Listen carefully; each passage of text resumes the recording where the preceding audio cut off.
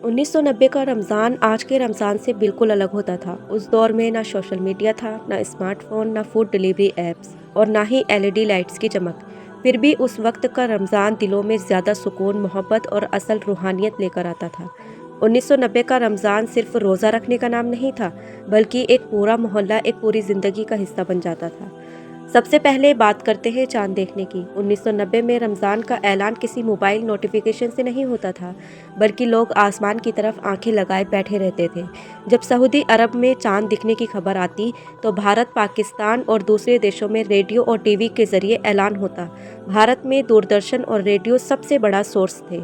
जैसे ही अनाउंसर कहता, कल से रमज़ान का मुकद्दस महीना शुरू हो रहा है, लोगों के दिल खुशी से भर जाते। शहरी का माहौल 1990 में बहुत ही खास होता था। उस समय ना तो अलार्म ऐप्स होते थे और ना ही स्मार्टफोन।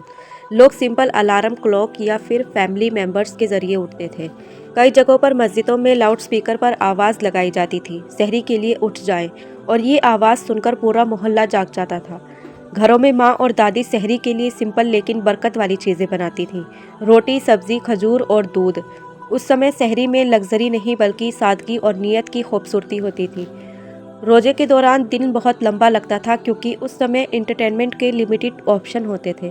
लोग अपना ज़्यादा वक्त कुरान की तिलावत में बिताते थे। मस्जिदों में लोग बैठकर कुरान पढ़ते, तस्बीह करते और अल्लाह से दुआ करते। बच्चे भी रोज़ा रखने की कोशिश करते। अब बात करते हैं इफ्तार की। 1990 में इफ्तार का इंतज़ार पूरे दिन का सबसे खूबसूरत पल होता था। जैसे ही मस्जिद से आज़ान की आवाज़ आती, पूरा घर एक साथ बैठ जाता। इफ्तार में खजूर से रोज़ा खोला जाता, क्योंकि ये हमारे मोहम्मद सल्लल्लाहु अलैहि वसल्लम की सुन्नत है। उस समय इफ्तार में सिंपल चीज़ें होती थी, पानी, खजूर, पकोड़े, फल और रूह अफ़ज़ा। आज की तरह 20 से 25 डिशेस नहीं होती थी, लेकिन जो भी होता था उसमें मोहब्बत और बरकत होती थी। 1990 में बाज़ारों का माहौल भी बहुत अलग होता था। रमज़ान शुरू होते ही बाज़ारों में रौनक बढ़ जाती थी। लोग नए कपड़े खरीदते, लेकिन उस समय शॉपिंग नेसेसिटी के लिए होती थी, शो ऑफ के लिए नहीं। दुकानों पर सिंपल लाइट्स होती थी, लेकिन लोगों के चेहरे की खुशी असली रोशनी होती थी।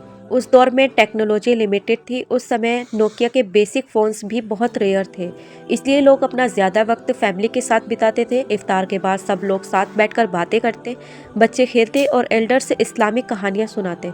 उस समय कनेक्शन इंटरनेट से नहीं, दिलों से होता था।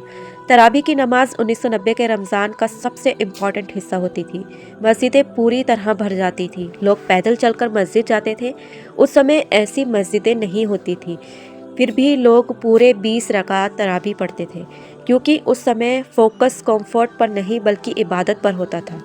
लैलतुल कद्र का एहसास भी बहुत गहरा होता है। लोग आखिरी 10 दिनों में ज़्यादा से ज़्यादा इबादत करते थे। कुछ लोग एतकाफ़ में बैठते थे, यानी मस्जिद में रहकर सिर्फ अल्लाह की इबादत करते थे। उस समय लोगों का मकसद सिर्फ एक होता था, अल्लाह की रज़ा हासिल करना। 1990 में रमज़ान की सबसे ख़ास बात थी यूनिटी ऑफ सिंपलिसिटी। पूरे मोहल्ले में एक फैमिली जैसा माहौल होता था। अगर किसी के घर इफ्तार नहीं होता तो पड़ोसी उसे अपने घर बुला लेते थे। लोग एक दूसरे का ख्याल रखते थे। आज के रमज़ान में टेक्नोलॉजी लग्जरी ज़्यादा है, लेकिन 1990 के रमज़ान में दिलों की सच्चाई, सादगी और रूहानियत ज़्यादा थी। उस समय लोग कम रिसोर्सेज में भी ज़्यादा खुश रहते थे, क्योंकि उनका फोकस दुनिया पर नहीं बल्कि आखिरत पर होता था।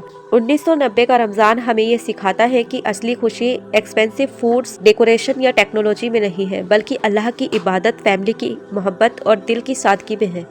वही रमज़ान असली रमज़ान होता है, जिसमें इंसान खुद को बदल ले, अपने दिल को साफ कर ले और अल्लाह के करीब हो जाए।